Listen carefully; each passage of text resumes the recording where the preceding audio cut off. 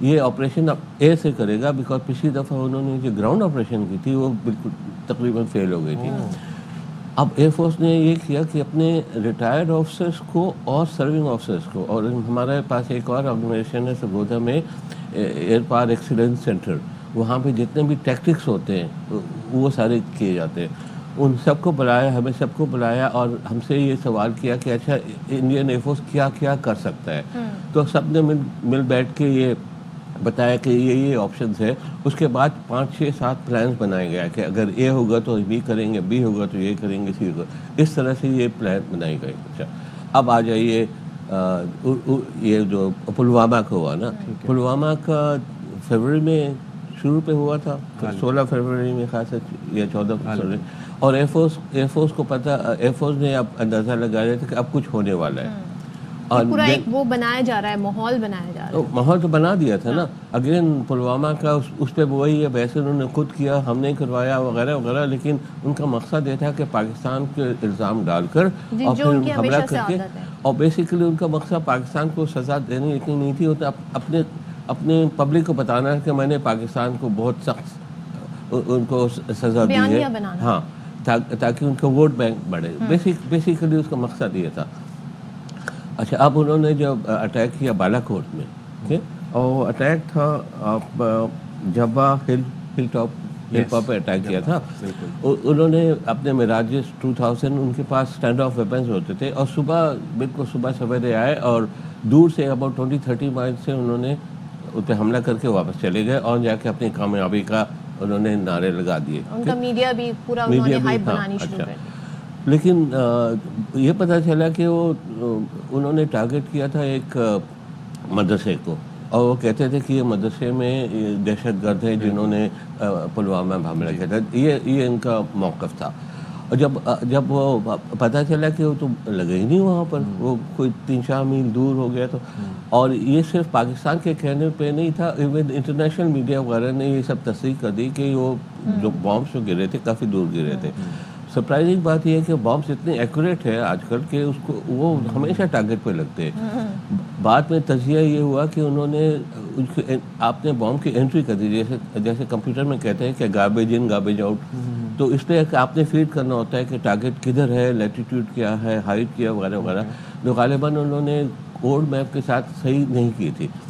جان کے کی تھی یا انکمپیٹنس سے، اس پہ بھی بحث ہو سکتی ہے. کچھ لوگوں کا یہ کہنا ہے کہ انہوں نے جان کے ٹارگٹ مس کیا تاکہ اتنا نقصان نہ ہو کہ پاکستان کو پھر بہت بڑا. اور بات بھی صحیح ہے کہ حملہ کچھ بھی نہیں ہوا، ایک غالباً ایک کوا مارا اور ایک پائن ٹریز بھی تھے. یہ آئیڈیا نہیں ہوا انہیں کہ پاکستان ایکسپوز کر دے گا، جو ہم نے کیا بھی، ہم نے انٹرنیشنل میڈیا کو دعوت دی، ہم نے نہیں وہ تو پاکستان ساری چیزیں دکھائیں. یہی میں کہہ رہا تھا کہ پاکستان کو خود یہ کہنے کی ضرورت نہیں تھی کہ حملہ ناکام ہو گیا. انٹرنیشنل میڈیا نے اس کو کیا کہ یہ بڑی بات ہے. ہمیں خود کہنے کی ضرورت نہیں تھی، ہم نے انٹرنیشنل میڈیا کو دکھا کے ان کو بتا دیا. اب پاکستان کا جواب دینا تھا نا. اب پاکستان نے دوسرے ہی دن صبح سویرے جواب دیا. میرا اپنا خیال یہ ہے کہ انڈیا نے یہ سوچا ہوگا کہ پاکستان ابھی پلان کرے گا، دیکھے گا، 4-5 دن لگیں گے. تو انہوں نے جو الرٹ کی تھی، اپنے جہاز ان کے پھر بھی تھے، ان کے میراجز تھے، ان کے SU-30 تھے، سارے تھے، لیکن اتنے نمبر پہ نہیں تھے جتنے ہونے چاہیے. اگین وہ سمجھتے کہ سوال ہی نہیں پیدا ہوتا کہ پاکستان ودن 24 آورز جواب دے دے گا. اچھا ہم نے جو جواب دیا تھا وہ ٹیٹ فار ٹیٹ رسپانس، کیونکہ ہمارا کوئی نقصان نہیں ہوا تھا. ہمیں یہ کہنا تھا کہ ہم تمہیں نشانہ بنا سکتے ہیں تمہارے ویری سینسٹیو جگہوں پہ، لیکن ہم نہیں کریں گے، ڈیمونسٹریٹ کرتے ہیں. اس پہ جو ہمارا پیکیج تھا، آرماڈا کہہ دے یا فلوٹیلا کہہ دے، اس میں سب سے پہلے میراجز تھے اور اسٹینڈ آف ویپنس کے ساتھ، تاکہ ہمیں یہ LOC کراس کرنے سے پہلے ہی کر دے. یہ اسٹینڈ آف ویپنس میراجز کے پاس، ہمارے پاس جو تھے، اس طرح تھے کہ آپ نے میراج اس کو لانچ کر دیا اور پھر اپنے جہاز سے اس کو مانیٹر کرتے ہوئے ٹارگٹ پہ لے جاتے ہیں. کہ 2 قسم کے، ایک تو میسائل، کروز میسائل وغیرہ ہوتے ہیں، یا ہوتے ایک دفعہ فائر کر دیا آپ کا کنٹرول نہیں ہوتا. چونکہ ہم نے ان کو ڈیمونسٹریٹ کرنا تھا کہ ہم نہیں تمہیں زیادہ نقصان پہنچانا چاہتے، صرف ڈیمونسٹریٹ کرنا چاہتے، تو ہم نے وہ استعمال نہیں کیا. ہم نے یہ والا کیا رسک کے ساتھ, کیونکہ آپ نے ایل او سی کے پاس جانا ہوتا ہے اور میسائل لانچ کرنے کے بعد بھی اس کو مانیٹر کرنا پڑتا ہے ٹل اٹ امپیکٹس. اوکے, اس کے پیچھے ہمارے F-16 سے اور J-17 سے جو ان کو بیک اپ دے رہے تھے, بیک اپ نہیں, تاکہ اگر ہندوستان سے ان پہ حملہ ہو تو ان کو جیسے کہتے ہیں نا ڈیفینڈ کر سکیں, سپورٹ کے لیے ڈیفینڈ کریں. اور مزے کی بات ہے کہ ہمارے F-16 فلائنگ ہائی وہ نیچے نہیں تھے تاکہ انڈینس کو نظر آنا چاہیے تھا. ہم نے پہلا ایک جہاز مارا J-17, اس کے بعد ابھینندن, ڈیٹیل سب کو پتہ ہے. J-17 کے بارے میں بتا دوں کہ J-17 کے بارے میں بہت سارے لوگوں کو شک ہے شاید نہیں مارا ہم نے. اس پہ میں نے خود پرسنلی بھی تصدیق کی تھی اور میں نے پائلٹ سے بھی بات کی تھی جو اڑ رہے تھے اس وقت نا. اچھا, جو ڈیٹیل سامنے آئی ہے وہ آپ کے ساتھ شیئر کر دوں کہ وہ بتاتے ہیں کہ یہ جو پائلٹ تھے جو حصہ تھے نا اس کا, ہمارے F-16 میں جو ریڈار ہوتا ہے اس کی تصویریں لی جاتی ہے تاکہ بعد میں ایکسرسائز وغیرہ کے بعد آپ دیکھیں. آپ نے کہا کہ میں نے اس کو لاک کیا تھا, میں نے اس کو ٹارگٹ کیا تھا, تو وہ دیکھتے ہیں اس میں اچھا آپ نے رینجز صحیح تھے وغیرہ وغیرہ. تو جب لینڈ کرنے کے بعد اس جہاز کی جب تصویریں کو انہوں نے ویڈیو ریکارڈ کیا اور ان کو تجزیہ کیا, انہوں نے دیکھا کہ میسائل فائر ہوا, آؤٹر رینج پہ تھا, بالکل نزدیک نہیں تھا, but with in range missile وہاں تک پہنچا اور وہاں تو نظر نہیں آتا تھا اسکوپ میں کہ کیا ہو رہا ہے. اور انہوں نے یہ دیکھا کہ جو Su-30 تھا وہ واپس مڑ گیا, کہ دو تھے دونوں مڑ گئے, اور ود ان 2-3 منٹس اس کے بعد وہ ڈاٹس آتے ہیں نا وہاں پہ, اف یو فیملیئر, کہ وہاں پہ آتے ہیں کہ ڈاٹس آتے ہیں کہ اچھا یہ جہاز جا رہا ہے, یہ جہاز جا رہا ہے, یہ جہاز جا رہا ہے. اور 2-3 منٹ بعد وہ یہ پنجاب اپنے اس کی طرف مڑ گیا, ایسٹ پنجاب میں ان کے جو بیسز سے, لیکن وہاں سے پہنچنا پھر وہ غائب ہو گیا. تو اس سے یہ اندازہ ہو گیا کہ جو میسائل تھا پرابلی ڈائریکٹ ہٹ نہیں ہوا, اس میں ایک پراکسیمیٹی فیوز ہوتا ہے, جب وہ نزدیک جاتا ہے وہ پھٹ جاتا ہے اینڈ اٹ ڈیمیجز, اس کو ڈیمیج کیا, and after little while the pilot had to eject. وہ MiG-21 تیار ہے, MiG-21 تیار ہے, نہیں Su-30. MiG-21 تو ہم نے پکڑ لیا تو اس کو تو ڈینائی نہیں کر سکتے تھے نا. اچھا, جب وہ کریش ہو گیا, ہندوستان نے اس کو چھپا دیا کہ نہیں ہوا وغیرہ وغیرہ. دو اور چیزیں دیکھنا پڑے گا کہ ان کا ایک ہیلی کاپٹر بھی آپ کو یاد ہے انہوں نے مارا. ہیلی کاپٹر میں نے پھر پتہ کیا کہ ہیلی کاپٹر کے کریش اور ابھینندن کے کریش میں کیا ٹائم فرق ہے, کون سا پہلے ہوا تھا. تو پتہ چلا ہیلی کاپٹر پہلے گرا تھا اور ابھینندن کو 5-10 منٹ بعد مارا گیا تھا نا. تو پھر یہ سوال اٹھتا ہے کہ جہاں پہ ہوائی جنگ ہو رہی ہے وہاں پہ ہیلی کاپٹر ہوا میں کیا کر رہا تھا, بالکل ہے نا. تو اس کا ایک ہی وجہ ہو سکتی ہے کہ وہاں پہ کوئی کریش ہوا تھا, اس کو ڈھونڈنے گیا تھا. اس کی اور کوئی وجہ ہو نہیں سکتی نا. So this is second reason which confirms کہ ویری لائکلی اسے ہم نے مار دیا اسے. تھرڈ تھنگ دیٹ 2 ہفتے ود ان 2 ویک, 1 ہفتے بعد ایک بڑی خبر آئی, انڈین کی خبر آئی کہ 2 Su-30 pilots died in a road accident. Those were those جو ہم نے گرائے تھے. وہ نہیں پتا, I'm just connecting the dots. کہ یہ وہ ہیلی کاپٹر کیا کہتا, موسٹ لائکلی وہ اس کو ڈھونڈنے گیا تھا اور پھر انہوں نے خود ہی اس کو مار دیا. اچھا, سو this is the back ground. ایک اور بڑی انٹرسٹنگ چیز ہے, شروع پہ PAF اور پاکستان تھوڑا سا خائف تھا کہ ہم نے F-16 سے MRAM سے ایک جہاز LOC انڈین ہیڈ کشمیر میں مارا. ہمارے رولس وغیرہ میں تھے کہ آپ صرف ماریں گے اگر ہماری طرف آئے. اچھا, ہمیں شاید امریکہ بہت شور مچائے گا کہ یہ ہم نے تمہیں دیا تھا, تم نے حملہ وغیرہ کیا. لیکن مزے کی بات ہے امریکہ نے شور نہیں مچایا. امریکہ بہت خوش ہوئے. خوش اس وجہ سے ہوئے کہ ان کی MRAM جو ان کا میسائل تھا F-16 کی بڑی دھوم ہو گئی, سکسیسفل ہو گیا. کہ Su-30 کو سمجھا جاتا ہے کہ یہ تو F-16 سے بھی اور دنیا میں دھوم ہو گئی. اچھا سر, اب ایک چیز آپ سے جاننی ہے, آپ نے جس طرح ساری چیزیں ریلیٹ کیا, میں اندازہ ہو رہا ہے کہ کتنے پروسیس ہوتے ہیں, کتنے مراحل. اچھا, تو اس وجہ سے اور پھر ہم نے بتایا کہ ہاں ہم نے اسے مارا تھا. پہلے اگر آپ نے دیکھا ہوگا کہ پہلے یہ خبر تھی کہ ہم نے J-17 سے مارا, جی ہے نا. اور میرے خیال سے یہ میری اپنا تجزیہ ہے کہ اس وجہ سے کہ ہم سمجھتے تھے کہ ہم اگر F-16 کہیں گے تو امریکہ ہم پہ کہے گا کہ یہ کیسے استعمال کیا تھا. لیکن جب امریکہ سے پتہ چلا کہ نہیں یہ کوئی ایسی بات نہیں ہے, اور انہوں نے جو 17 کی تھے جیسے آپ بتائے کہ امریکہ نے خود کہا کہ That's nonsense. Yeah, Totally nonsense.